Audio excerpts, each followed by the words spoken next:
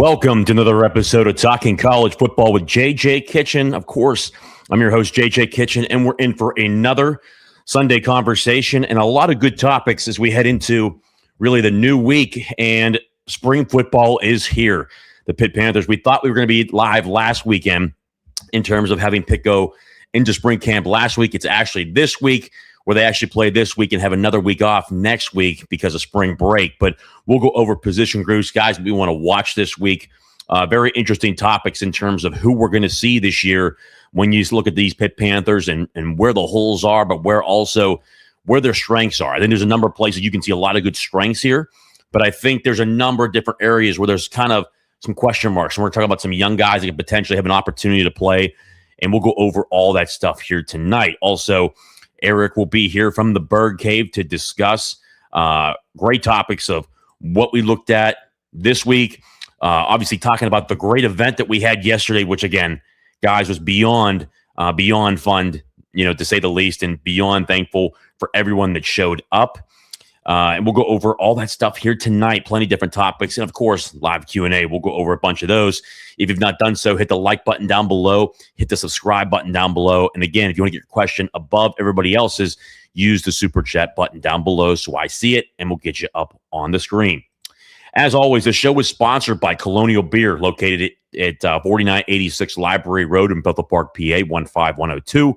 Tremendous people, great customer service, and a massive selection when you go into Colonial Beer. Whether it's your heavier beers, your lighter lagers, they truly have everything across the board. You guys have seen me post that online plenty of times. And, of course, Bill and Alan are truly two of the best. Their customer service is truly the best. Also, when you're in there, make sure you talk a little bit about Pitt football and Pitt basketball as well. So make sure you guys go see Colonial Beer, located at 4986 Library Road in Bethel Park, PA, 15102. Also, Thompson Law Group with Brian Thompson, an attorney on your side. Call them today at 724-799-8404 or visit them at thompsonattorney.com. You got to see them. Obviously, Brian was obviously at the event yesterday, so a number of you guys got to talk to him, got to meet him. Some newer people that were there from last time. A really good event, but really, when you look at Brian Thompson, the best thing about him, he cares about you, the individual, and unlike larger law firms, he cares about the relationship that you guys have to make sure you get the results that you need. He'll guide you through the process from beginning to end, getting you the results that you need. And if he doesn't have the answer to a question, he'll always put you in front of somebody that does. Brian truly is one of the best, has a great family, comes from a great family, and does tremendous work in the community for volunteer work. Again, guys, go see Thompson Law Group with Brian Thompson, an attorney on your side with all of your questions. Call them today at 724-799-8404 or visit them at thompsonattorney.com. As we bring them on here, Eric from the Bird Cave. Eric, obviously you got your shirt on, the new one from Lou we had from the event yesterday. I got my hat on, obviously from Charlie. Got to get some of that new swag in here tonight. Obviously got my Beer We Go shirt here, the royal blue and gold. Brother, we've got all kinds of different stuff. I was like, we showed up. All of a sudden, I had 10 different people handing me all kinds of different gear, hats. I'm like, good Lord, we're supposed to be giving you guys stuff. Like, what the heck? Listen, it was almost like, are we hosting a Pitt event? Are we going shopping? And we had some kind of clearance store? What's going on here?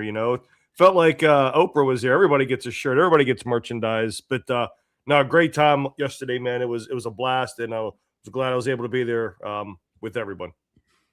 Yeah, and again, to your point, just a very good event, overall, and very blessed to meet how many ever new people. I mean, it was just great. Myself, you, GB, the uppity Yinzer himself, and then obviously Harry Paceris, the Pitt guru himself.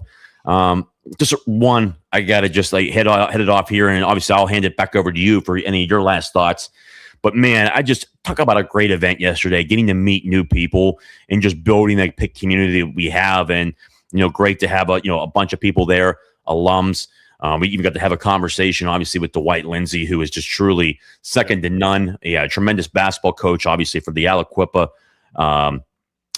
basketball team, the ladies team.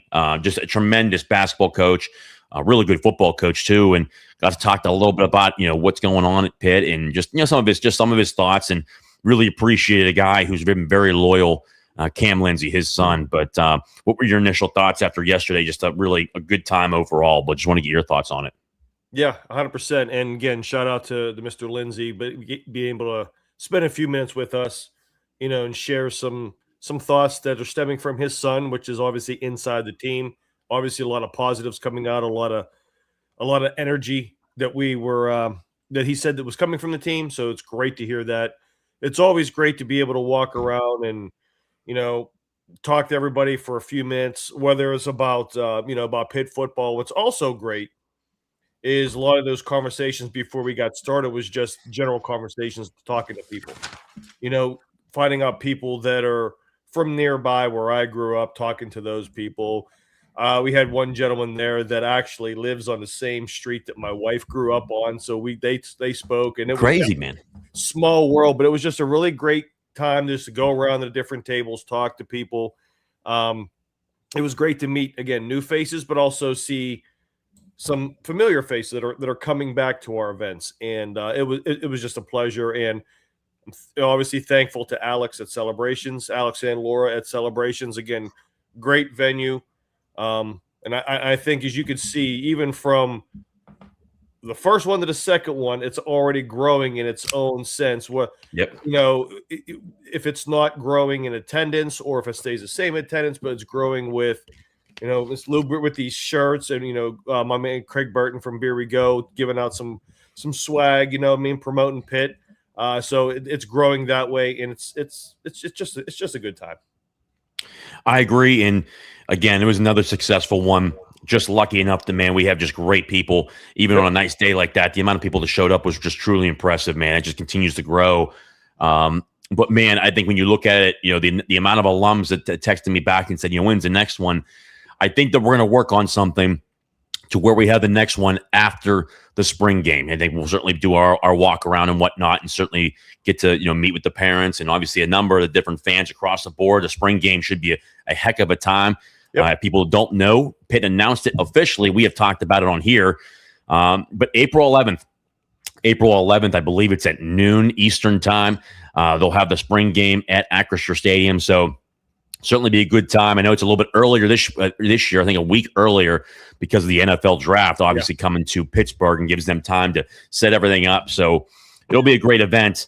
But beyond thankful for everyone that showed up yesterday. And I know to the former players, it's going to be a great event, coming here. We'll figure out where we're going to go, whether it's Jason Aldean's Bar and Grill, Southern Tier. I know there's been a conversation about Southern Tier, or we're just having it in the parking lot. We can do something like that. But I know there's been a lot of conversations, and I'll certainly reach out to my contacts at both of those places to see what we can do there. Got to put up on here, perfect way to end my birthday, tuning into a Pitt Sunday conversation. Man, well, first off, happy birthday. Happy birthday, man. Get a little bit of a drink in here, as always, but happy birthday to you. Mike Porosky in here. Can't wait to hear who we should keep an eye on. Hail to Pitt. And I think that kind of the perfect transition. There's a number of players as we enter camp that really opens up tomorrow on the south side of Pittsburgh, here in the city of Pittsburgh. The Pitt Panthers get into spring camp, and a number of different players they bring in. And, I've got an entire list here because, the majority of my question marks is really what we go into is on the offensive side of the football. But, man, there's a lot of guys that I'm looking at on offense and on defense this year as we head into spring camp, because there's a number of new guys in different positions. I'm a lot more confident on the defensive side of the football with a lot of great players coming back, but we added the right amount of guys, I think, on the defensive side of the football. But the offense will certainly be interesting to say the least. Very good comment here. Jake Schrader in the Pitt's season ticket department. Season ticket sales are booming. Hail to Pitt. Very good comment, and that's really good to know as well. Good to hear that the season tickets are going through the roof, which is going to be very interesting this year with Pitt taking 17,000 seats offline. Now the new capacity at Acrisure is 52,000, which we talked about even yesterday, being 10th out of 17 teams. We're just above a team like North Carolina that has 50,500. But in the same area of like an Indiana who has 53,000 and Oregon Ducks who have 55,000. So we're in a pretty good range, I think, right now, and it's going to be making it, a very good game day atmosphere. It'll certainly be interesting to see how that works this year. It'll certainly be a lot of fun overall. A Pitt fan, Hail to Pitt here. The Boozy Turner hype video on Insta got me going. Yeah, I saw it on Twitter. Man, I thought it was a really good hype up video. We're really excited for him to be the running back one this year. Lavelle Wright, who looks to be probably more than likely the backup behind Boozy Turner to work in with him. Damon Ferguson also back there.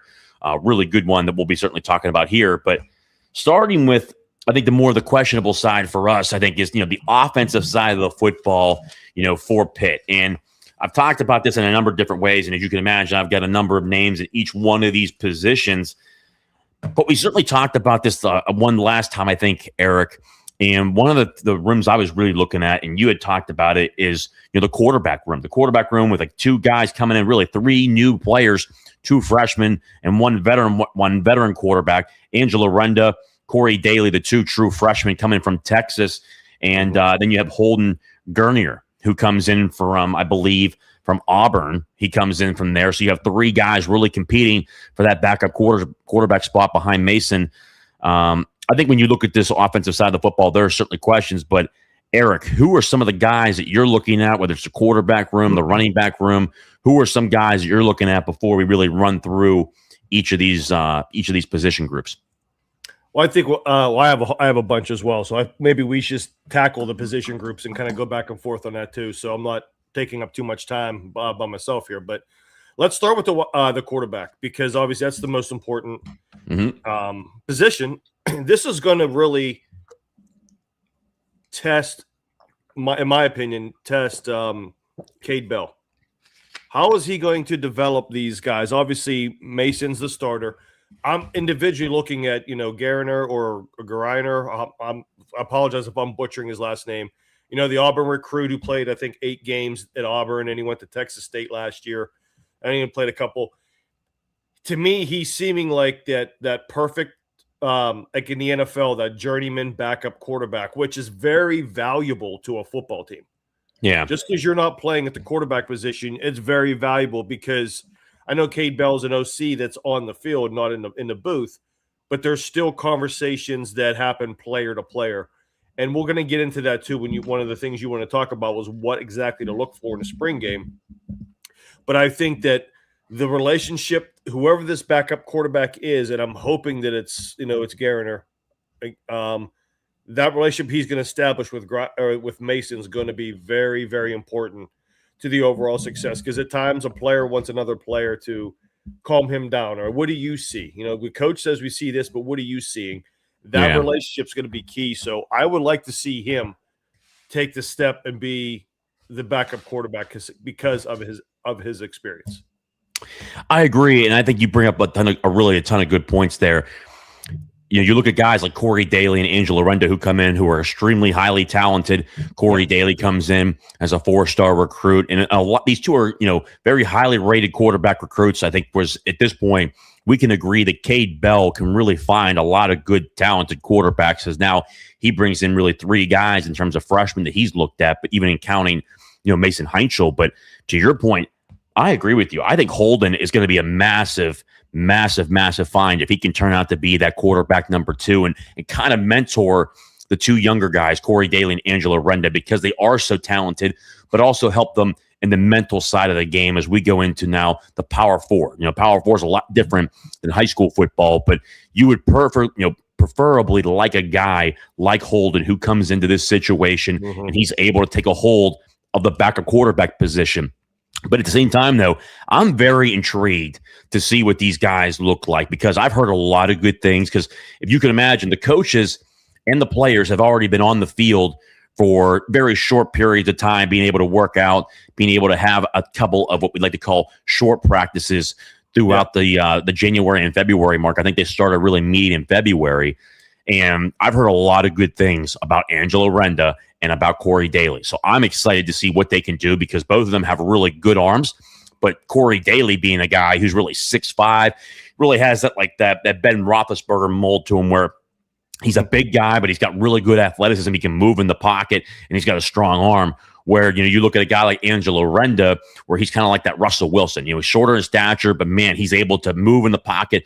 Very good speed, but he's got that tremendous arm strength and really a good deep ball, as I was told. He's able to really put it on the money, to say the least.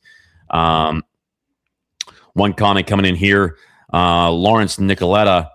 Renda physically looks good. I agree too. And there's a number of good guys that you look through that quarterback room. And I think that, as the time goes on, the Pitt Ironworks, which you guys have probably seen the video I posted on X, Khalid Blunt, who is the son of Mel Blunt, obviously former and Hall of Fame cornerback of the Pittsburgh Steelers. I mean, you got guys throughout that whole entire room where there's really good guys that can build up this room, and the Pitt Ironworks has really done a good job of that. But to your point, I'm excited to see them. I'm excited to really see Holden, though. I really want to, hopefully, Holden takes a hold of that backup quarterback position and allows Angelo and Corey to really develop and not have to put them in that situation. We've seen a lot of that stuff even last year where, it takes time for a lot of these young guys, man, especially at the quarterback position.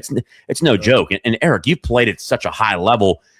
Talk about how, coming in as a true freshman. I mean, even with the way Mason played last year, as a guy who came in technically week 5, he ended up starting against Boston College, getting his first start. Talk about how it's a lot harder in terms of position-wise. The quarterback position is probably the hardest for a player to come in and even play right away as a true freshman. Talk about how hard it is to just learn the playbook, as you've been a part of, massive playbooks, at a place like Robert Morris. Yeah, well, that's it. I mean, it's the playbook is the hardest thing. Now, nowadays high school playbooks are a little bit more sophisticated than when I played. You probably had 12 or 15 plays in high school. Then going to Robert Morris, so I had 12 or 15 plays for 3rd and 5, and more between the 20 and the 30. You know what I mean? Or going into the red zone. Then you had another dozen in the red zone and things like that. So the complexity is 5-fold from high school to college. And what the quarterback position is, the way a lot of plays are structured is you're calling out everything within a play. You're going to call out a formation. You also may call out a starting formation. Then you need to call individual motions to get to a certain formation. Right. And then you're calling what the skill positions do. Sometimes those are individually called out. Sometimes it's a word that means the whole entire group does this, whether it's a route combinations or whether it's, some type of a run scheme and things of that nature. And then you're calling a basic line protection. Just spitting that out at times is hard. Then you get to the line of scrimmage. Then it's up to the center to make the adjustments at the line, unless the quarterback gets up. Right. That's why you see all these guys pointing and saying so-and-so's the mic, things like that. So the quarterback, when he calls that out, he's telling the offensive lineman that's the defensive strong side or it's the strength. Then the offensive line adjusts their protection based off of that call from the quarterback. Yeah. So once they do that, then he's looking at the defense. He has he puts his foot up or he kind of just does this, something to get the motion going. Now he's actually reading the defense. He's calling the dummy calls. Dummy calls could be dummy calls. They could be simple cadence calls. In those cadence calls, you may have a number, a word, or a verbiage that says, hey, we're changing the play. Everything I just said, 3 seconds later, forget it. We're doing this. And then you may have to go through all of that again. And then you have to snap the ball. Oh, and by the way, there's guys that are 280, 300 pounds are coming to kick your ass, and you got to do everything in about 3.5 seconds. Yeah. The speed of the game is hugely increased. The physicality is obviously so much different. And the only way you get better is repetition, whether that's practice, whether that's in spring games, like we'll talk about a little bit later. And then obviously it's in the game. But to your point, coming in on the 5th game of your freshman year, that shows you how intelligent Mason is. He's calm, and it gives you the unmeasurable tools to make a quarterback good. What I mean by unmeasurable, the combine just ended. You can't measure a guy's smartness on the field in shorts and throwing the ball. Mm-hmm. That's just something you need to know as a coach. It's very impressive that Mason had that composure this early on. It shows you that though not highly recruited, they got a good quarterback, and I'm looking for him to continue to grow along with Cade Bell. I agree, and that's why I think that this quarterback room, as we go into the 2026 season, but here into spring, you really get to find out who we have. And you talk about, and Eric, again, you hit a great point. it's all about the mental at this point, especially too, how much information can they really take? How much can they process when you're starting to do your installs where, Kate Bell usually this time of year will put in 70 to 80% of what they want to do. And, I think it's really important in terms of what they want to do to be successful, but the guys that can learn it can play at this level. Pitt fan held a Pitt yesterday. I saw Sensri Lee getting some work in at the Mars High School field. Well, that's really good to see. And that kind of will transition right into that position, as a matter of fact. The wide receiver room. Man, is this a room that, in my opinion, is just question galore. I think that when we go into the spring camp, as we are right now in terms of the wide receiver room, there's a lot of question marks. I don't think we know who that number one wide receiver is. I think we have in our minds as we enter spring camp, I think we can really say we got a number of wide receiver 2s and wide receiver 1s, but this spring camp, the summertime and the fall, will really tell us who goes in to be, that wide receiver 1. And before I name off some players and whatnot, who are some wide receivers that you're looking at that could say, hey, you know what, here's like 1 or 2 guys or even more that really could be impressive in terms of the wide receiver room going into this, spring camp here? Yeah, well, I'm right there with Pitt fan held to Pitt with Lee. I think he needs to be wide receiver 1, not necessarily from a physical perspective, but from a leadership perspective. Mm-hmm. And again, you'll hear me bring that up when we talk about what you want to look for as a fan in the spring game and what teams get out of it. But I'm looking at a couple, and I saw another person bring up the chat of Tony Kinsler. Is he ready? Is Sapp ready? Can Bryce Yates take the next step? He got some time last year, and he did a couple good things. Although I still don't know how he got caught from behind against West Virginia, but oh well.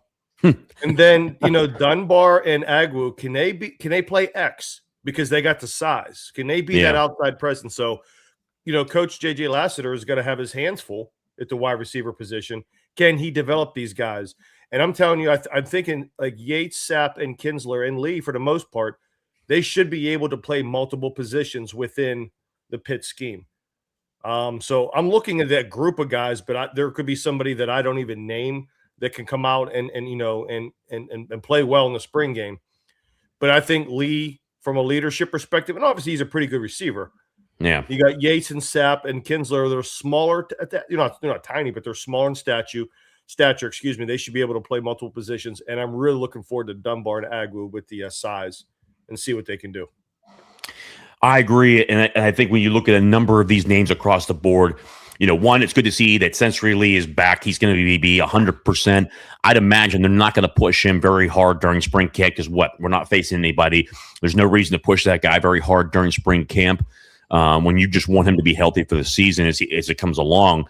But you look at this room, number one, what does Malik Knight, what does he look to be able to do where he really ran the same offense at Western Carolina? He had a lot of looks in terms of the Big Ten and the SEC. And luckily, obviously, Cade Bell has a great relationship with his own father down there at Western Carolina. So we had a little bit of an in on that. But he just, when you look at the numbers in production at Western Carolina, he certainly has it. Can that translate right away to the Power 4 level? We have seen some of those guys like Raphael Poppy Williams, who's small in stature, but was able to put up some really good numbers. Even when we thought, a guy like Kenny Johnson could have been in the wide receiver 1, we didn't really see it out of him. But Raphael Poppy Williams was pretty reliable last season in the passing game. He had a couple drops, some big drops in the Notre Dame game, but he produced at a high level. What can Malik Knight do? And then you look at a guy like Tony Kinsler, who we heard a lot about last year, had a lot of looks in spring camp and in fall camp. Can he be that guy that steps up? So far, in terms of just, working one-on-one with a guy like Mason Heinchel, I've heard a lot of good things about him. I think that he's going to be a guy to certainly watch in that wide receiver room that I can tell fans right now that he could be having a very big year in terms of production. Then you look at a guy like Blue Hicks. Blue Hicks is another guy. You look at this one. He's going to the second year, was almost entering the transfer portal. Towards the end of it, he was starting to get offers to try to be poached into the transfer portal. He ends up staying at the University of Pittsburgh. We want to see more production out of him as well. As towards the end of the year, we kind of got lost in the shuffle. He's now in the second year with this offense. You want to see him and what type of production he can do in this 2026 season. To your point, Cam Sapp, we heard a lot about him, a guy who can really produce, certainly has the size, to your point, play the X position. what can he really do? We heard a little bit about him early on, but he really faded off towards the end. Can he get into that second year where clearly, Coach Laster, the wide receiver coach at Pitt, and Coach Bell clearly think they have a number of great wide receivers on this roster, or they would have gone out and got more. But the number one guy, and even you have Bryce Yates in here as well. He got to see a lot of playing time last year, even early on. He had a number of good catches against West Virginia. But the one guy who I think is a wild card, who we don't know what he'll be, but man, he played in a very tough conference in high school, very physically a great specimen. And Eric, you brought it up, is Rodney Dunbar, man. I think he's a guy that he has the size, he has the maturity, he's got the build to play right away in Power 4 football. Can he use that size and learn the mental side of this game? Now being here in the spring, can we see this guy really produce where the wide receiver position, I think it's a lot like running back almost, where, as long as you have the physical specimen, as long as you have that, you can really get on the football field and kind of start to learn. But you've got to be able to have in the wide receiver room your route running down plus your plays and understanding the knowledge of college football. But this kid, man, I've heard it from a number of different sources so far in the first 2 months. The kid's size is for real, and he's going into the Pitt Ironworks, where these last 2 months have been huge for him, and as he goes in during the summertime as well, in the summer OTAs. This is a kid who I think that we could really see on the football field this year. And again, we talk about the size. He's very different than everybody else in that room. Malik Knight also has that size. Eric, I'm going to ask you this. For a guy like Malik Knight, who's really going into, he's been a veteran guy in terms of he's been 2 or 3 years at Western Carolina, will now have his first year here. Do you think that a guy like Malik Knight and Sensory Lee will be a major factor for a guy like Rodney Dunbar, who comes in as a true freshman? But to your point, he's got two really good leaders, I think, in that room when it comes to CJ Lee being number one and a guy that's returning again this year, and then a guy like Malik Knight, where both of those guys really know this system. Do you think they can be a very good benefit to Rodney Dunbar as he learns this offense? 100%. If those guys want to be that. Some guys don't. If they want to be that mentor to Dunbar, to Sapp, to Ken, all the receivers we mentioned. But the only thing that Malik Knight and Lee could not relate to Dunbar is the size. So he's going to have to figure that out himself, unfortunately. Maybe he can talk to Villarreal and some of the tight ends with that size they got coming in.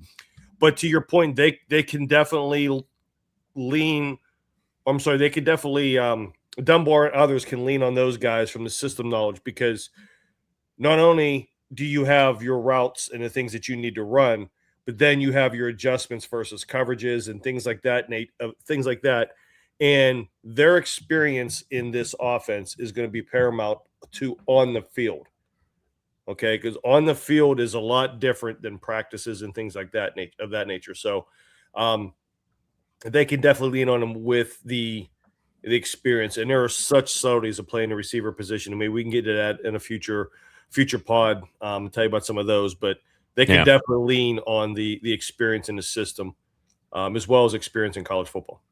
Yeah. And I think just, again, the wide receiver room, a lot of questions. We'll see who originally comes out as number one guy. I think when you look at the number one wide receiver for this year, for me, I think Tony Kinsler can be a really good guy in terms of production, a really good wide receiver. But I don't think he'll be that number one. I think the number one wide receiver is either going to be Malik Knight or Sensory Lee. Those are really the two guys I'm looking at in terms of being the wide receiver number one, because of the veteranship they have in college football, but also understanding the offense. I think that's such a massive factor. And I think from anybody that I've talked to, that Malik Knight has been a great addition to this team, because he has the speed. He's very aggressive going up to get the football, and he has that size. I think he's got a real good potential to be that good of a receiver. And then CJ Lee coming back, man, I think it could be a really good 1-2 punch right there. And then Blue Hicks there at number 3, Tony Kinsler, Bryce Yates, and then Rodney Dunbar. It's going to be a good room. It's certainly going to be a fun one to watch. Now it goes to the running back room. And we've had a number of good running backs here in the University of Pittsburgh when you look at the history of Pitt. But this year, I think it's pretty clear. Ja'Kerian Boozy Turner will certainly be that running back number one. And, again, Eric and I do not fight that at all. He is the guy, and we're not saying he's not. So we want to put it out there. Boozy is going to be the lead horse. when it comes to the running back room. But, man, there are some very good options in this running back room who will be fighting for that number 2 position. Again, you look at number 2, Lavelle Wright, who comes in from Western Kentucky, who's a bigger back, 6 foot, 225 pounds, a guy who's, we've certainly put his stats and his video and his tape up on here. We guys have certainly shown that to you in terms of his physicality. Jakarian Boozy Turner is going to be number 1, but then Lavelle Wright will really battle for a spot. Damon Ferguson, who will be a true freshman 4-star running back coming onto this roster. He's not here for spring camp. He will be here during the summertime, which now will allow a guy like Sinquan Smith, who missed last season. He's, again, a 5'7", 180-pound running back, redshirt freshman. They said he's done a really good job up to this point. He's now 100% healthy. He'll have that chance to really compete for that number 2 spot with Lavelle Wright, along with Justin Cook, who's back at 5'10", a redshirt senior. He'll certainly be a fun one to watch. Eric, you look at this running back room. Damon Ferguson not being here yet may hurt him or may not. Depends on how fast he can learn this playbook when he gets to it. But I think when you look at the top 3 guys right now, it's got to be, you would think, Jakarian Boozy Turner, Lavelle Wright, and then Sinquan Smith going into that 1-2-3 punch. Do you think? Yeah, I think that sounds right. I'm very curious to see Justin Cook play. I think he actually had a pretty good bowl game. Mm-hmm. So I think he was one of the few bright spots on the offense, at least consistently. So I want to see if he gets more of a look, because I do think you are definitely right. Turner's the feature back, and feature back is in the carries and in the screen game and such. So, but then you have to put Lavelle Wright in there, and there could be times, in my opinion, maybe that depending on how they're running, you lean with that running back based off of the flow of the game. So those are your 1 and 2. Obviously, again, Turner is the more explosive one, but Wright's that muscle. Justin Cook, and as well as and Smith, which you're talking about, they could fit in. And again, I think Wright and Turner have the skills to be third down backs. But if you're looking at the division of labor throughout the season, I think you bringing those guys in for a third down back type of a situation to spell Turner and Wright, I think is key. And I think you're right with the 3 names you mentioned, and I would throw Justin Cook in there just as somebody you want to watch. And if any of those guys falter, then you're going to see Ferguson probably get the chance, regardless of how well he knows the playbook, because you're going to have a spark. But I'm hoping that's not the case. They could bring him along slowly. I agree. Just allowing that guy to learn, especially too as a true freshman coming in here. But I think with the talent level he has, you got to allow him, again, to your point, just to learn the playbook. That's number 1, to allow him to play fast, less thinking. When you're thinking less and just playing more, you end up being the athlete we know you can truly be. So it'll certainly be interesting. But you look at now the depth. I think there's more depth this season than what we know is coming in here right now. And we've talked about this numerous of times. For the running back position, you love to have that 1-2-3 punch. And, Jakarian Boozy Turner is without Wright, again, the guy that is clearly the number 1 running back. But you do want to have that number 2 and number 3 guy that can step on the field very quickly and then keep up that production, or at least somewhat close to it. We saw so many injuries last year across the board in Pitt football. But you looked at the running back room, we certainly went through a number of different names. But to your point, right now, as we go into spring camp, without Damon Ferguson being here, you really have 4 guys right now. When you look across the board with, Jakarian Boozy Turner, Sinquan Smith, Justin Cook, and Lavelle Wright. That's a really good thing to have. You have at least those 4 guys right now. And again, Jaylen Brown's also still here. He's a redshirt freshman at 5'10", 190 pounds. But I think that when you look here right now, you do have a little bit of depth there to where, God forbid, something does happen, you're going to be able to bring somebody in. But I would think, and we've talked about before, you want to keep Jakarian Boozy Turner healthy. That is your number 1 back, not even close. And I think it's important to allow him to carry the ball as much as possible, but not be dumb with it and just give him the ball 25 or 30 times a game and just get your guy absolutely mauled. You want to make sure you have another guy in there, because the great teams in college football and the great teams in the NFL certainly have more than 1 running back, and also, too, know how to juggle it to make sure that they're not getting their guy absolutely killed to where you get down to late in the season where you're trying to make a playoff push or conference championship push, and that guy's tired. So I'm excited about this running back room, and I think you would agree. It's going to be a very interesting group of guys. But this spring camp, I want to see who comes out as that running back number 2. And as we sit here today, Eric, who do you think could be that guy who steps up and is that running back number 2? Which I think we may agree on it. It may be Lavelle Wright. But, do you agree with that? Or is there another guy? Is there another guy you look at, even that Justin Cook, who could kind of slide up in there and say, hey, you know what? Maybe I can be that number 2 guy. No, I do think it's right. I think Justin Cook is another version of Boozy Turner. It's not as skilled as Boozy, but he's another type of a change of pace back type of deal. And I say Boozy's a change of pace back because I think that's what he'll be at the NFL level. But at the college level, he could be a feature back. I think it's Lavelle Wright that's going to be RB2. And hold on. Oh, excuse me. I felt that sneeze coming. I wanted to mute. It was coming. You were good. You did it perfectly too. No, I think it's going to be Lavelle Wright, or to your point, if Ferguson gets there and he showcases his 4-star talent, it could very well be him as well.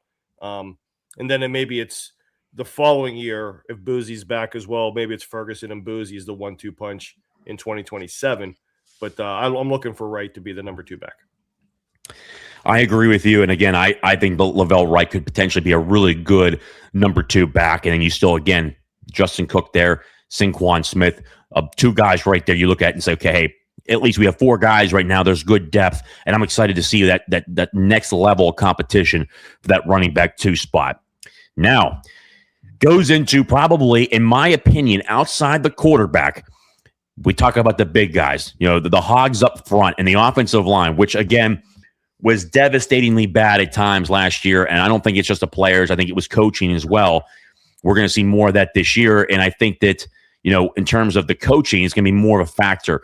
Again, Jeremy Darvaux's back as offensive line coach. I think this is a very, very big year for him.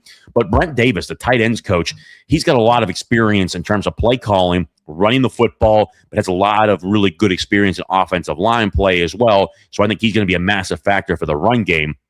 But you look at this offensive line room, I think we can really look at this spring camp and say, okay, hey, the right side of our line, more than likely, we know who it is. At right guard is going to be B.J. Williams, who returns this season, and then Ryan Bayer, again, another 4-star offensive lineman, goes into his last season here at Pitt, where he's now back to being comfortable. Instead of switching him back and forth, the left side, the right side, one season after the other, he's now returning at that right tackle position, which really leaves you with 3 open spots: the center position, the left guard position, and the left tackle position.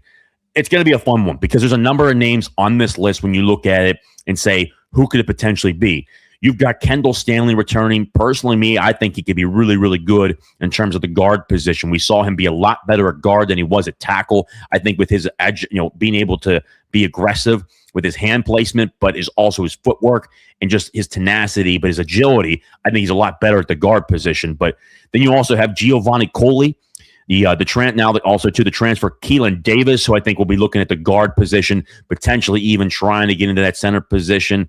I know he's certainly worked at both at Akron. If I'm not mistaken, he was now 3rd team. I think it was 3rd team. Was it center? Was it a 3rd team center? I think I can't even remember what position he played at. I'm pretty sure it was a center position. But I was really excited to see him come in here, a 3rd team guy. We'll see if he playing for the MAC, going to the Power 4 can translate. Also, Mason Lindsay, a guy who can compete. Jordan Fields, Torian Chester, Keith Govea will be back from injury. We'll see how fast he can get back. I don't expect to see much of him at all during spring camp after that devastating injury he had. But it sounds like he's done a great job in terms of his recovery. He's back this year. New offensive lineman Nintino Oliveri, who comes in from from University of Penn, first team All Ivy League. He will certainly be one to watch. Who I think right now, as we can agree, and I'll listen to your thoughts, Eric, is probably the leader in terms of being able to be that next starting left tackle this season. But also too, Ryan Coretta is also back, and I expect Ryan Coretta to compete for both guard positions, but even the center position. The center position would probably come down to, I believe, him, Ryan Coretta, Keith Govea can play center. He'll be there in that moment there as well. And also Mason Lindsay can do that as well. So that'll be a very interesting battle, to say the least. And that's going to go on probably for all of spring, all of summer, and all of fall camp. The same thing with the guard position thing. Same thing with left tackle as well, as we've seen Torian Chester, who can play both tackle positions. He'll be certainly very interesting to watch. And Tino Oliveri can play the tackle positions. Giovanni Coley, Kendall Stanley can bump out there. But Eric, when you look at this as an offensive line group that was just so inconsistent last season, would you agree that, one, this is probably the biggest group that we're watching as spring and summer and fall go into play? And who do you really have your eyes on in this offensive line room? Yeah, you're right. And unfortunately, you don't get a lot of answers to the test, if you will, in spring practice with the offensive line. Yeah. I'm curious.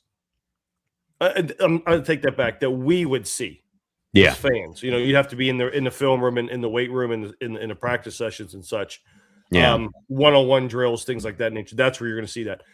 I would be, again, when we get to what to watch for, I'm curious to see the offensive line combinations that are trotted out in the spring practice. The transfer from Penn, Olivieri, 6'4", 305 to me at a major D1 level is a guard. Yeah. But he could also play tackle, but because I think he has the experience, he started, he was I believe a team captain at Penn. Yeah, it's starting team captain tackle, left tackle, yeah. Yeah, exactly. It wouldn't surprise me. I would like to see my tackles at least 315 plus. Now, maybe he puts on a little bit of weight, but again, he's already in his 5th year. He's about as big as he's going to get until he hits an NFL locker room, if that's where he's going to end up going.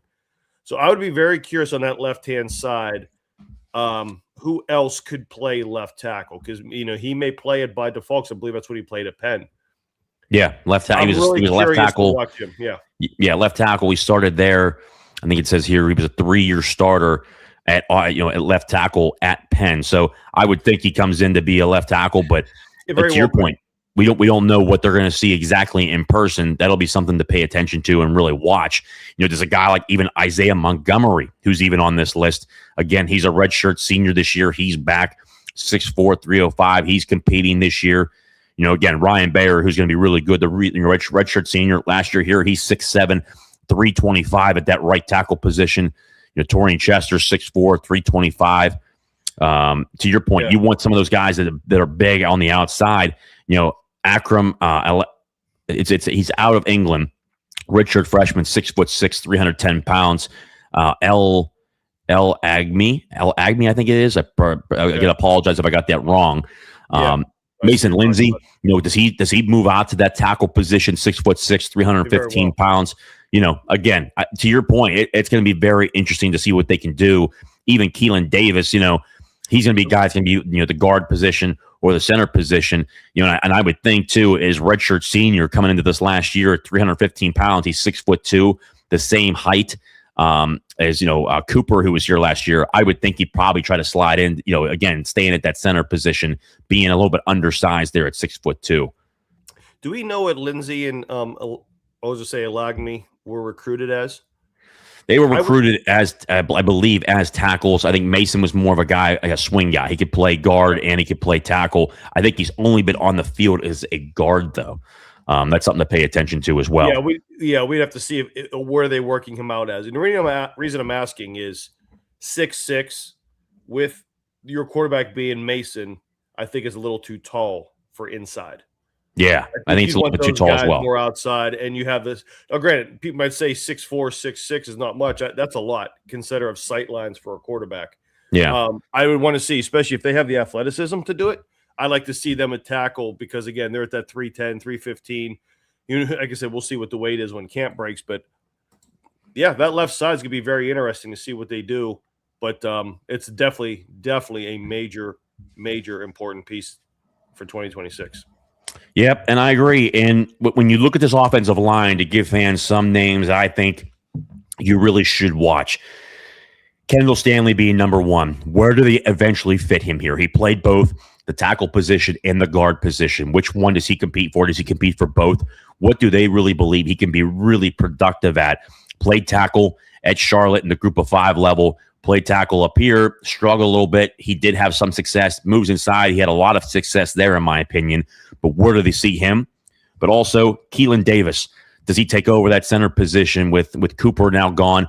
That competition there with Ryan Corretto. Do they move Ryan Corretto to the center position? Keith Govea, that 3-way really competition. What does that look like? And then the same thing with the guard positions. What does that guard position look like with, again, Ryan Corretto competing at the center position? Do they keep him at center? Do they move him to guard? Does Keith Govea move to guard? Do they have him as a 1-2 punch? Who is really that top 5 guys that you can really pay attention to? And Jordan Fields. Jordan Fields is a true freshman last year, along with Jordan Fields and then Torian Chester. We hear a lot about them. Those are 2 guys that will be right at the guard position as well. It'll be interesting. Those are guys that are very competitive, very, very much in terms of great agility. But clearly, when Pitt went into the portal this year, they felt as if they had enough guys that could compete with new guys for those 3 spots at the center position, left guard position, and left tackle. It's going to be very interesting. But those are some of the guys that I would pay attention to. And to your point, Eric, though, who do they trot out there in the combinations? That's going to be something that's really fun to watch because, this is something we've talked about plenty of times as well. I believe that the offensive line is a very different group than anywhere else. It's not like D-line. It's not like linebacker. It's not like wide receiver. That group needs to be cohesive in what they're doing, especially on calls, protections, what that all goes into and what entails into it. Do you agree that they really need to have that chemistry down as an offensive line group for that starting 5? 100%. It's 5 guys playing together as one. You take out one piece, it affects the entire group. And you're right, because you're talking about the calls. Guys that play beyond the structure of the offense, okay? In the quarterbacks, those are the ones that can run around and make a play. In the offensive line, you may have certain slides. Again, I didn't play line. It's actually one of the least areas that I know of other than just basic protections for when I played. I don't know the inner workings, but I have a couple buddies that obviously have played that. If you're blocking some guy and a certain stunt comes up, the protection says you do this. But that the guy next to you is not very good at something. So you may do something just a little bit different. I'm going to sit on my hands again. Here come those stupid thumbs. He may struggle with something, whether it's an individual player or something within the scheme. So he might play something just a little bit different because he knows the guy's been playing next to him for hundreds and hundreds of snaps. And that only comes to play whenever you are with somebody, play in and play out. And it's also different, when you switch from left tackle to right tackle, right guard to left guard, right? I always ask a couple buddies who are tackles, like, is it really that much of a difference from playing left guard to right guard? He goes, try wiping your butt with your left hand and see how easy that comes. It is crazy, man. It's different. It's a fact. It is so different because you're doing everything completely opposite. Yep. And that's been, you could say that within high school, college, and especially to the National Football League. It's not easy. I mean, if you remember, obviously you talked about on your show, the Bird Cave, when you looked at a guy like Broderick Jones moving from right tackle to left tackle. Yeah. I mean, he was more of a left tackle coming out of college, from the University of Georgia, then moving and playing right tackle. He looked like a fish out of water sometimes. He just wasn't being able to fit there. He looked a lot better, in my opinion, at the left tackle position. So, I mean, it's very hard to learn both and move back and forth every single time. Yep, and that's why, to your point, JJ, to wrap up the offensive line, is that it's important that they get 5, and the only changes that are made, either if somehow poor play comes into it or heaven forbids an injury, but you want to stick with those 5, and you're hoping that between now and through camp, they can settle on that left side at that guard and tackle position like we were talking about. I agree. And that now bumps us to, we'll probably go faster here. This goes to the tight end position, which is a very, very thin group. And I think all 4 of these guys, to be quite frank with you, will all play this year. Elijah Lag, transfer out of UAB. Carson Kent, transfer out of Oklahoma. Max Hunt, who's a redshirt freshman this year, redshirted last year. And then obviously true freshman Wyatt Villarreal. I will say out loud right now, the guy to watch in this group, in my opinion, I think is a guy, Elijah Lag, but number 2, who I think will play immediately because of the athleticism, is Wyatt Villarreal.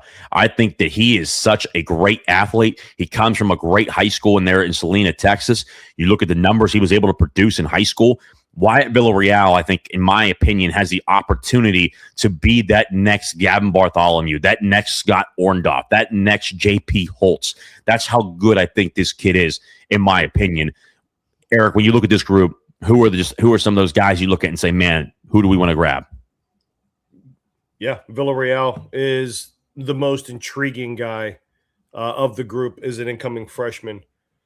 I don't know much about Elijah Lag. Although I like his size. It's the prototypical size. And by the way, if you watched any of the combine this past few days, the tight ends are always between 6'4" to 6'5", maybe 6'6", occasionally 240 to 260. That's what Pitt has across the board. Villarreal is a little bit different. He's 6'6", a little bit thinner, but he's more like the receiving type, at least for now. I'm really looking at Carson Kent, the kid that came over from Oklahoma, considering the type of system he played in. Yeah. I would think that Pitt saw him as the guy that has the leg up for tight end 1. Yeah. But he has to earn it. Yeah. So you're right. It's thin, and I think there's a lot of copy-paste and similarities other than Villarreal. But I'll be curious to see how this all plays out. Who's the willing blocker? Who's that one? Because they usually do the 11 personnel with the offset tight end on the tackle and do motions and things like that. So I'm looking at Carson Kent to be tight end 1 unless somebody else comes in like a Villarreal or anybody else and takes over tight end 1 based on their performance. I couldn't agree more, and I think this is probably the most athletic group outside of that year that we had with Gavin Bartholomew, and then Lucas Krull, who was 6'7", is still playing in the National Football League, transferred over from the University of Florida, was a Florida Gator, comes here for really 1 season with Kenny Pickett and put up, massive numbers. The kid was incredible. Him and Gavin Bartholomew in 21 were just truly special. The tight end position was truly, a force to be reckoned with. And I think after that, Gavin was probably that only guy that was left. This group here, I think when you look again, Carson Kent, Wyatt Villarreal, and Max Hunt, those 3 guys right there, they got 4 really, those are 3 really guys that are sitting at 6'4", and then Elijah Lag a little bit undersized at 6'2", but can certainly run and has really showed he's able to catch the ball, out of the backfield, but also as a guy, but he's an H-back or he's putting his hand in the dirt and being able to block. So I'm excited for him as well. Yeah, now I'm going into that. Yeah, I'm looking at that 6'4", 6'2", 6'4", 6'4", 6'6", 6'5". Yeah, they're all the same with the tight ends, man. So just who's gonna separate? You know what I mean? Yeah, and Wyatt at 6'5" is gonna be really, really good too. So yeah, I think they got good size. They're really good athleticism in that room. It's gonna be a lot of fun to watch that group. And again, the name in that group to watch, in my opinion, right now is just he's a wild card. Is really Wyatt Villarreal. I think he's got a really good opportunity to play early and really compete for one of those starting spots when we get towards fall camp and then into the season. Now, that is the offensive side of the football. We're going to go to the defensive side of the football here. And again, guys, obviously, we're going to be going through this pretty quickly. But if you do have a question, tonight's probably that night to use the super chat button because we're already 54 minutes in, and we're going to hustle through this. But to get to some of these questions, we'll probably look at the super chats, and that's about it tonight because now we're already at 54 minutes in. So make sure, again, if you haven't done so, make sure you hit the like button down below. It helps with the algorithm. We've got 300 people in here now. The like button. Hit the subscribe button, and then use a super chat. Get your question to the top of the screen here tonight when we start going through it. Now to the defensive side of the football, which I am very comfortable with the defensive side of the football. And again, we talked about the offensive side. Brent Davis, who comes, he was a new tight end coach. He'll be great, and guys have loved him already. Mike Prefer is the new special teams coordinator. Guys have loved him on the offensive side of the football as well, and in terms of just being the only special teams coordinator. Brent Davis will be a massive factor in the run game this year and what they do. But, man, the defensive side of the football, I think Pitt has a lot of talent. They bring in 2 new coaches, Bowen, who comes up from the University of Buffalo, but worked as a GA in a number of different spots with Narduzzi between whether it was Michigan State or with Harlan Barnett, the new safeties coach at Florida State, along with Michigan State as well. They've had a really good relationship there. But you look at Harlan Barnett, who comes in as an associate head coach, comes over from Northwestern, but worked with Pat Narduzzi for 12 years between Cincinnati, Michigan State. He's also got experience as a defensive play caller at Florida State. He brings a lot of veteranship to this group. Really good recruiter, very good recruiter, but also knows the Pat Narduzzi scheme like the back of his hand. Now, when you look at really the first group we'll look at, defensive line room, I think there's a lot of talent, but even depth that we didn't maybe possibly see last year, especially the defensive end position, but even inside. And you really talked about this on Saturday, Eric, especially the D tackle room. The two guys I'm going to be watching right away off the bat. We know about Sean Fitzsimmons and Nick James at the defensive tackle position, the two starters.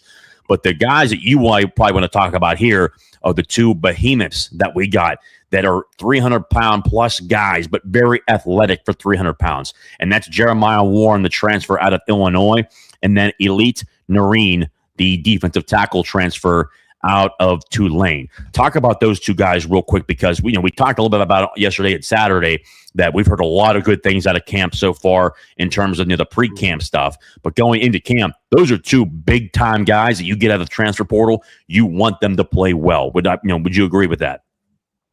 Yeah, because they're going to, and one of the things we asked Mr. Lindsay about, and saying, hey, how is Cam and the linebackers looking at and their impressions of Warren and Nareen, because it's going to only further benefit this great linebacking core that Pitt has, even though with the two superstars leaving, one for another school and one for the NFL. I think the linebacker room is going to simply be reloaded. The defensive line is, and I know Harry has spoken about Crothers a lot, which I'm hoping he should bounce back. Yeah, but having Warren and Nareem in the middle is going to give something that Pitt did not have before, and that's size that eats up a gap that might eat up. I'm hoping that Warren plays like a poor man's Tony Siragusa, right? Yeah, we talked about him, man. Tony Siragusa. He takes up two blockers, and man, Lindsay and the linebacking crew can just run and make plays. So I'm curious to see their development and how Corey Sanders uses them. Are they going to change up anything on their defense because they got these new pieces that they didn't have? And we highlighted the defensive line a lot last year. They're a bunch of dogs. They were making plays, disrupting them, but they were smaller in size. And though that can work, see Indiana. Indiana's a prime example, yeah. Yeah, it's nice to have some of these. But now, if Warren can disrupt anything, whether it's eating up a center by himself, hitting a gap and taking up a center guard, man, that's going to open up the floodgates for this defense and make them even better. So my eye is on those two D tackles, like you said, JJ. And again, a guy like Jeremiah Warren, again, he's sitting at 6'2", a good range in there, but 315 pounds. You look at Elite here. He comes out of Tulane. He's 6'1", 290 pounds. They said right now going into camp, he's gotten up to 305, and he's still able to have that agility even with that amount of weight on him. I think that just the D tackle position could be really, really good this year. Sean Fitzsimmons, Nick James, who we know about again, but then you have Jeremiah Warren, and then Elite Nareen, and then you look at the guy potentially even on the inside as well is Trevor Summers. We saw him, become a guy that towards the end of the season really started to turn it on as a player that we could really see, towards the beginning of this season, who could be a massive factor. That'd be really your fifth defensive tackle. And then on top of that, you've got a guy like Ty Uhas that's also back there. So you've got really six defensive tackles you're looking at in this room that could really rotate through and really have a bunch of really good success. Now it gets to the defensive end room. And the one guy I want to talk about real quick here, who I think is going to be the 1A or 1B leader of this group, who can play D tackle or DN, because we've seen him play both, is Isaiah Neal. Neal, I thought, we talk about a hell of a team player, but man, he produced at the defensive end position. His wiggle, but also his tenacity at the defensive end position with his speed was truly special, in my opinion. And I know Pat Narduzzi has talked about how he loves that speed on the inside and wants, Isaiah Neal to go back to D tackle. But in my opinion, I think Isaiah Neal can really play both. It's how good of a player he is, and the guy who, in terms of production last year, did a hell of a job. But you also got Jaden Moore, the former Oregon 4-star transfer at defensive end. turned it on. I mean, he was the talk of the town in terms of DN room last year. Ended up having turf toe, had to get surgery on that. He was out for 8 to 10 weeks, which kind of stunted that growth a little bit. Then hurt his hand. That just went through a bunch of stuff last year, but he is back 100% healthy now. You've got, on the outside, Jimmy Scott at defensive end, Zachary Crothers, who will be 100% this year. Two guys right there. So, again, Jaden Moore, Zachary Crothers, Isaiah Neal. Then you got in here Juju Anderson, who will be a redshirt freshman this year, guy we've watched. But again, another guy, he will return as a starter, Jimmy Scott. I mean, he continues to get better every single year. You're looking at a bunch of guys to the defensive end room that, right now you've got 4 guys, and then Denham Cook, DN, that's 5 guys right there. And Isaiah Neal, who can go on the outside, that's 6 guys right there too. So you've got really 6 defensive ends that you can really rotate through that maybe we didn't have last year. So I think when you look at this defensive end room, it's got production, but also too a really good possibility there. But the one player that I'm excited to see, who can crack this lineup and be an absolute superstar, is Whitfield hometown hero Reston Lehman, defensive end out of Peters Township. This kid physically is a freak. I mean, he's always been that guy. I mean, the offer sheet certainly proved it between all the Power Fours, between the Big Ten, the ACC, and the SEC. Reston Lehman is a guy to watch that I think that probably won't play right away, but this is a guy that I think that could play immediately at the defensive end position. In your opinion, Eric, there's a number of guys at the defensive end position that we look at, but there's a real opportunity, I think, for a guy like Reston Lehman, who's a true freshman, but man, physically is he gifted. Yeah, I've seen and read the reports, the recruiting reports. You someone like Lehman, Neal, and Scott, they're guys that basically their size suggests tweeners. What I mean by that is in the Pitt's basic system, they probably are playing more DN. Excuse me, they could kick inside on passing situations because they're quick enough to penetrate gaps, and they can just disrupt the hell out of an offensive line. And I think from what I've read, that Lehman is the same way. Now, he might be stronger than some of these guys are. I'm not sure. But, he needs to put on a little bit more weight to be an every down player. But I think situationally, I think he can get in. And especially if he produces well, I would anticipate him maybe getting in on some of the early games against the smaller schools that are, that should be in hand to get some reps. And based off of those reps, is he going to earn additional reps? And I think he's in a good position in a sense because he's going to have to earn it. Yeah. But he's going to have to earn it because, like you were just saying, there's a lot of talent on that defensive line. Yeah. So he is somebody that I hope is brought along slowly. But if he gets trotted out there for injuries or for other reasons, I feel fairly confident based on what I've read about him that he'll be able to get the job done. Me and you both. And again, a guy that I think there'll be another guy to watch. We know about the starters, but the next guy to watch, I truly do believe, besides Reston Lehman, will be a guy like Trevor Summers this year, the defensive tackle position. Comes out of a strong high school program, St. Thomas Aquinas and Boca Raton, Florida. I mean, it's a factory of just Power 4 players. Trevor Summers to get on the field last year was truly impressive. I expect him to get a lot more repetitions this year at the defensive tackle position.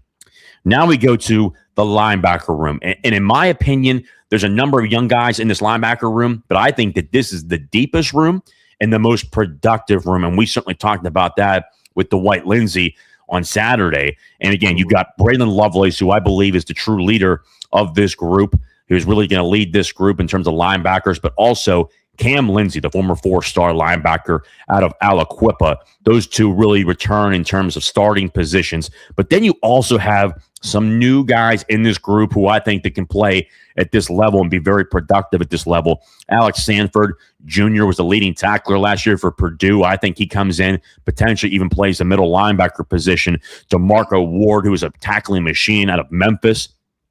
Then you've got Jaden Bonsu, who will be back 100% from Ohio State. I think he can play on the opposite side of Cam Lindsey, but Cam Lindsey can really play all three positions if they needed to where they can flip-flop or whatever they need to do there. Then you have Jeremiah Marshland. We heard so much about Jeremiah Marshland in terms of the middle of this defense. He'll be back healthy this year. And then Marcus Jennings, the true freshman out of Cass Tech. I mean, I think the kid already, he's like 6'2", 225 pounds from what I was told. I think he could potentially be a guy who can get on the football field this year, along with Davin Bruton returns in terms of playing at that middle linebacker position as well. And then you have Justin Thompson. Justin Thompson, a redshirt freshman who can play either side, outside. Doesn't matter which either one. He can play the will or the star position as well. I'm very comfortable with this group and this linebacking core. I think, Ryan Manilak, who, again, we'll miss dearly. The guy, obviously he's now the new defensive coordinator at UConn with Jason Candle, who took this job, the UConn job from Toledo. But this new Bowen linebacker coach, I wouldn't be shocked if he's even better than Manny. And that's talking from a couple former players who left last year and some current players on the roster right now. That's how good of a football coach we've talked about. Even Dwight Lindsay said, man, he's a damn good coach. And that's across the board from anybody who's been in that room for the linebackers. But when you look at this room right now, Eric, is it not, there's a very good case for it. Is it the best group on defense, do you think? On paper, I think it is, yeah, because they proved it last year with all the injuries. They came in and Pitt didn't really miss a beat. I want to see the transfers, Ward and Sanford Jr. Lindsey, I'm looking forward to watching him play, but I know what he can do. I think he's going to ball. Same with Lovelace. I want to see him play, but I know he can play. I want to see these guys that are coming in and the freshmen and the young guys that you mentioned. I don't know those guys as well as you and Harry do, so I'm looking forward to that. But I just trust the way that this defense is structured from what I understand of it, obviously from afar and from the outside. Yeah. That it's a linebacker-friendly defense. And if Warren and the big boys up front play like we hope they're going to play, you're going to see a lot of impact plays from this linebacker group no matter who is in the game. And I will say this because it's deep.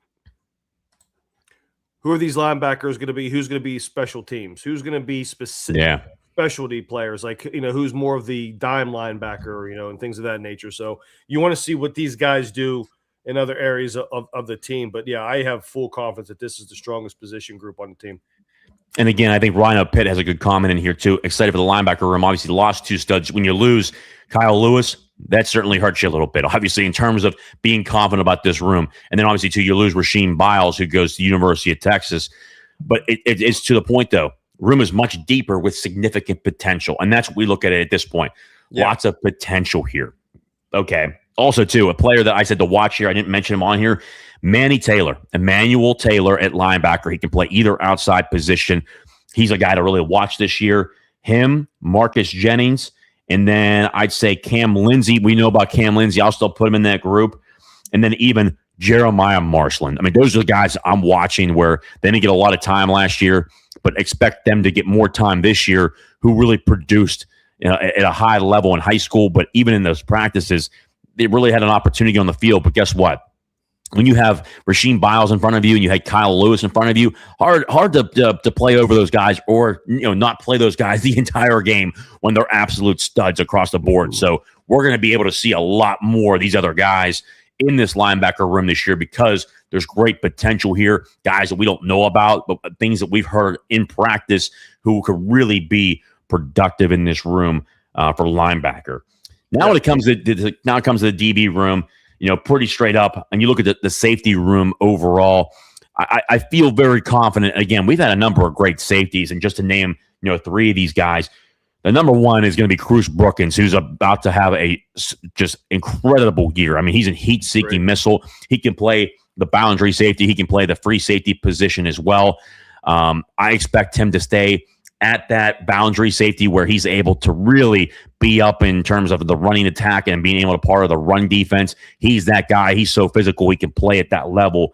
You also have a guy, Josh Guerriere. I think he may be across from him. He can play at that level there. And then Alan Bryan, who will also be rotating into that safety position. And you got guys that can go really back and forth as they go through there. Rayon Strader, I think, could be a guy that plays in that safety position as well. So you really have four guys there. And then you look at the cornerback room. I mean, you've got Shadarian Harrison. I mean, this is a great list here, obviously. Sean Lee's back, obviously. Sean Lee Jr., was a true freshman All-American. I expect him to be a starter this year. Sean Lee. Then you have Sean Lee Jr., and then you have Shadarian Harrison, Zion Ferguson. He's there as well. Kanye Thompson, Rashawn Murray, Cole Woodson, Nigel Maynard. I mean, there's a bunch of guys that you look there at the cornerback position. In a Pat Narduzzi defense, you could be a true freshman. And prime example of last year, we saw Sean Lee, who we didn't expect to do anything last year. It's very clear in a Pat Narduzzi defense, when it comes to Archie Collins, Corey Sanders, now defensive coordinator, you've got Harlan Barnett, who's been an absolute stud at coaching safeties. I'm very comfortable with this group in this DB room for corners and safeties. Would you agree? Yeah, Archie Collins is doing a very, very good job. I am looking at it, that cornerback 2 battle between, which I believe is Harrison and Ferguson. Yeah. They're both of the same ilk, 6'1", 175, 6'1", 190. And again, if you watch the combine this weekend, a lot of these corners that are running in the NFL, they're 6 foot 6'1" is like there's these 5'9". I mean, I know you got Pawns from Indiana. Yeah. But a lot of these 6'1", 190 type front, this is like the new corner type. And I like both of these guys when they played last year. Obviously they had their lumps and they made some mistakes, but overall I thought they were solid. And I'm looking for one of these two to step up and grab cornerback 2, and then have Brookings and Gary Ayers at safeties. And I think it's pretty solid. They're younger, but they're solid. I hope that they can continue to build off last year. So I agree. And I think that just when you look at back and forth, Pitt does a great job of being able to have guys play at both positions. I just think that the depth that they have right now at both sides, and then Zion Ferguson, who really took last year to learn the defense and really get in terms of understanding the basics of the defense, a former 4-star cornerback that we got transfer-wise out of the portal from North Carolina. I think he's going to have a lot more say in terms of what happens this year on the football field. Rayon Strader, who comes in, obviously a Whitfield player. Kanye Thompson, who had offers from 30 different schools, 35 different schools. Kanye Thompson will be a massive factor at the cornerback position. Sean Lee, Zion Ferguson, and again, to your point, Shadarian Harrison. I mean, that's great. Four DBs and 4 corners you can look at right there, and then even the safety position being as strong as it is. I'm just very comfortable about this defense. I really am. I think there's a lot of really good potential. I think they got size now.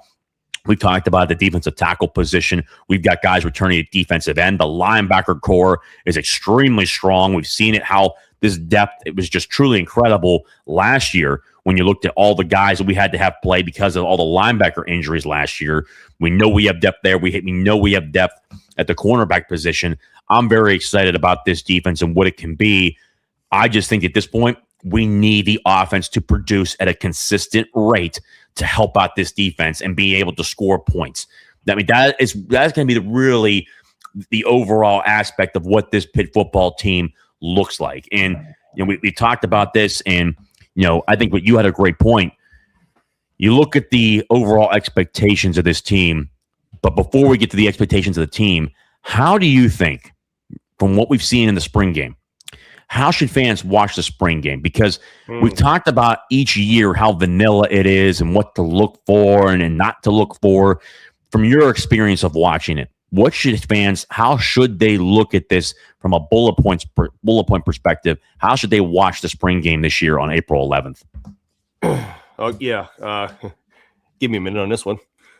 These are just my opinions, guys and gals. And I'm hoping that you already going to watch the spring game, go to the spring game, support the team, but have your perspective on what you want to watch for, plus things like I'm going to go over. And please, litter the questions if you have them. But if you think about what a spring game is, it's an opportunity to get recruits, transfers, because there's a zillion transfers nowadays, to get them on the field in a game-like situation, game-like as much as you can.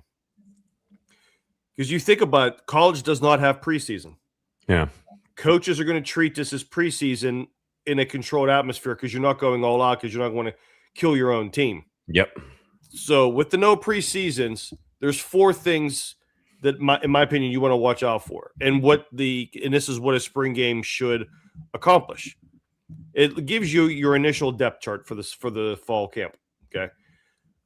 What you do in spring practice and in the spring game warrants what I say a look-see in the fall. It may elevate a wide receiver up from 4th to 3rd on the depth chart. That's a significant amount of playing time.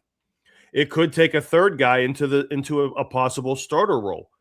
Significant playing time. And you can look at that across the board. I just use receiver as an example. What quarterback's going to be the leading candidate for the backup role? Slot corner, things of that nature. Then you're also looking at individual player development, right? Are players taking the next step? We went through a myriad of ones that we said, hey, we're looking forward to this next step. And here's what I mean by the next step too. And we're talking about guys that maybe have not played yet. And JJ hit on the part about we spoke about Mason, about how well he was able to progress. Can these players handle the increased responsibility? Meaning they know their playbook. Now they can put it on a whiteboard and recall it in different situations. Now can they take it to the field?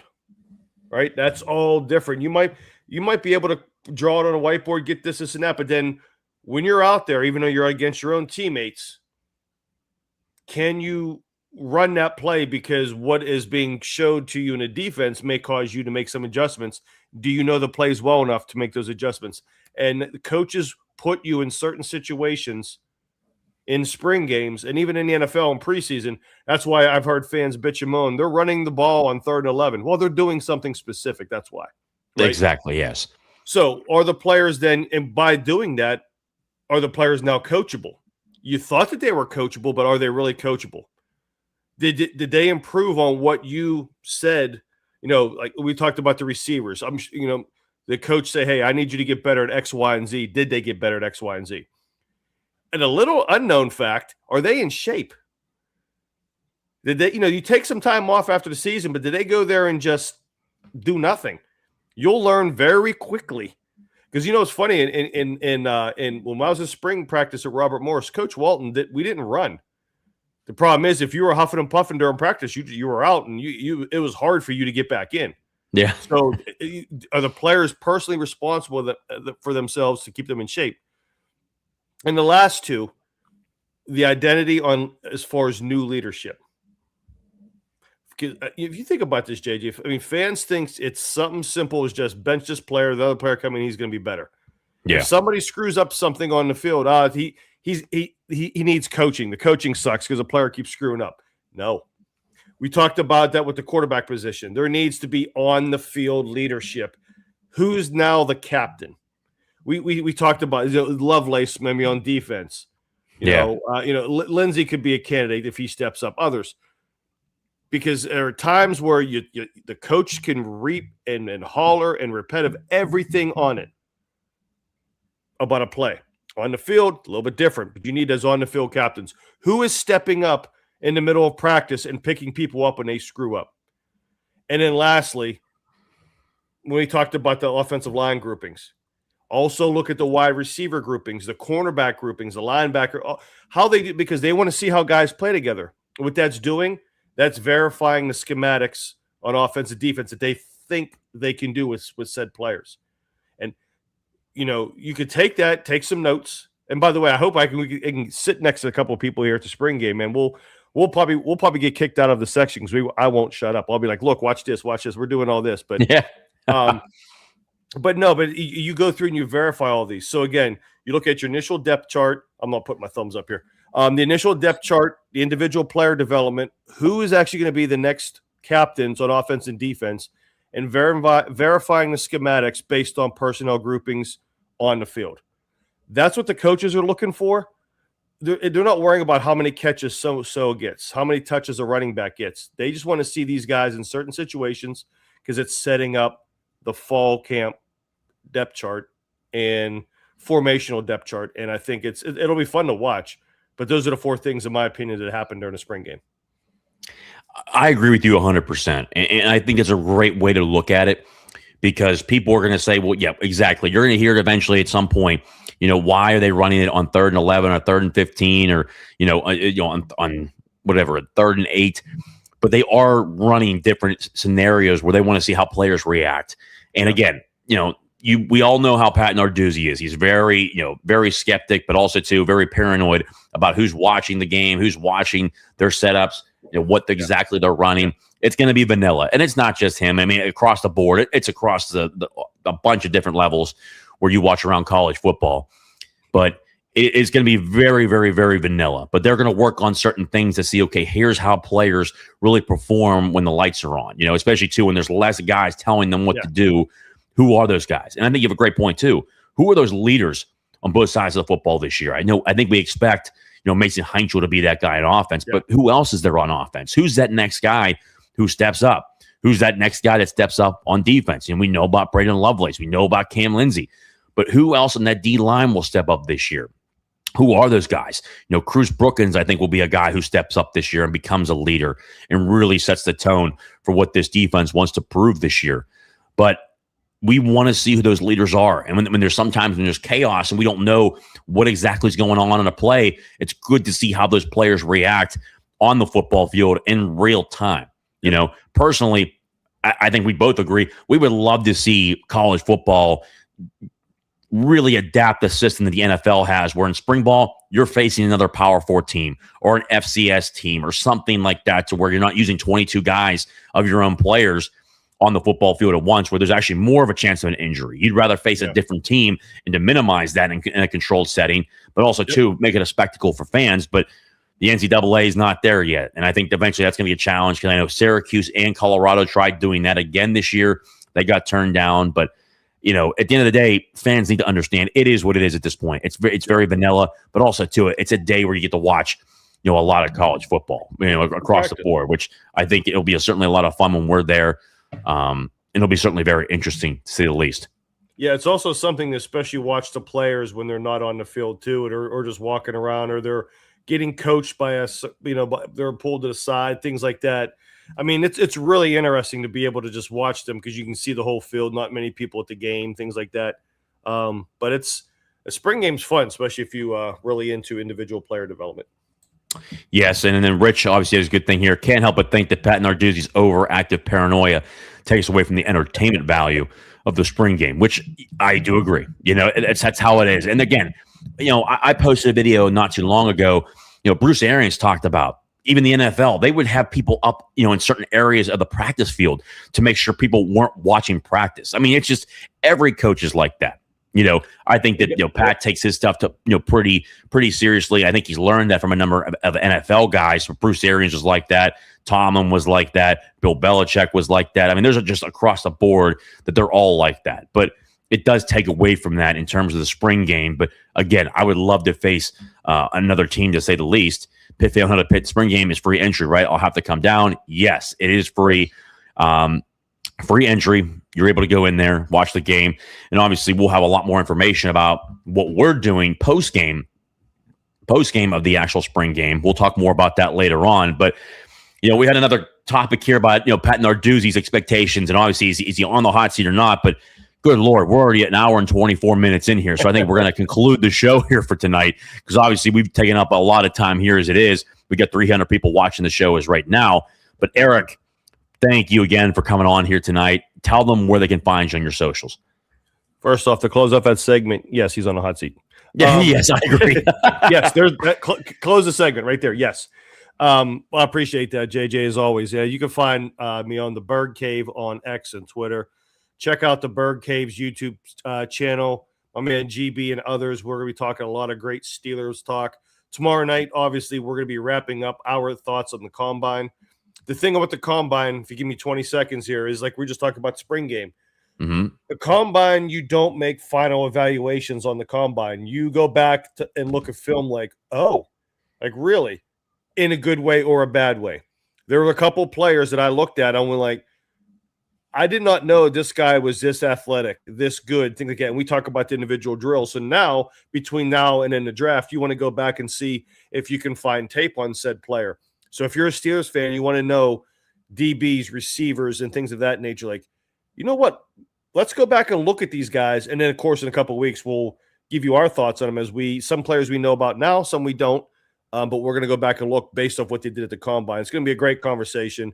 But again, we appreciate everybody helping out the Bird Cave as well. We are on the road to 1,000 subscribers because we are still a young channel. So I could be like JJ and have super chats when I grow up. But I appreciate everybody. And it's like I said, it's always a blessing to be on with you, JJ. Thank you. And again, Rich, to your point, yeah, sounds like Lewis helped himself. Go ahead. Oh, no, thank you for that. I have it down there, but I remember it. I watched the strong safeties run.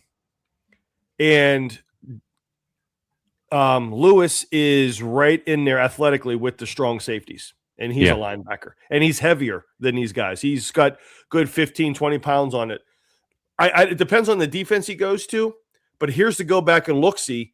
And we all know that Lewis is great in coverage.